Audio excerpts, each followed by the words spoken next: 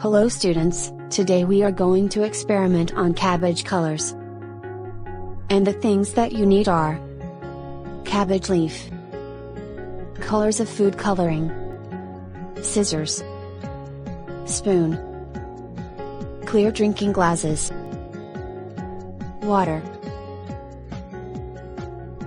Now, at first, fill each clear drinking glass 1/4 full of water. Now, add a few drops of food coloring to the water to make 4 different colors. You can experiment by mixing colors together. Then, stir the first glass to mix the color well. Repeat for each glass, rinsing your spoon between each. Now, cut 4 centimeters off the bottom of 4 cabbage leaves.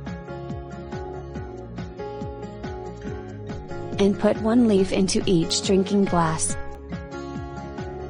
Finally, let the cabbage leaves sit in the colored water for 24 hours. What do you observe? So basically, plants need water and nutrients, just like we do. Little tubes called xylem draw the water up from the roots of the cabbage like a straw. This process is called capillary action. Now, you can try this experiment at your home. Thank you.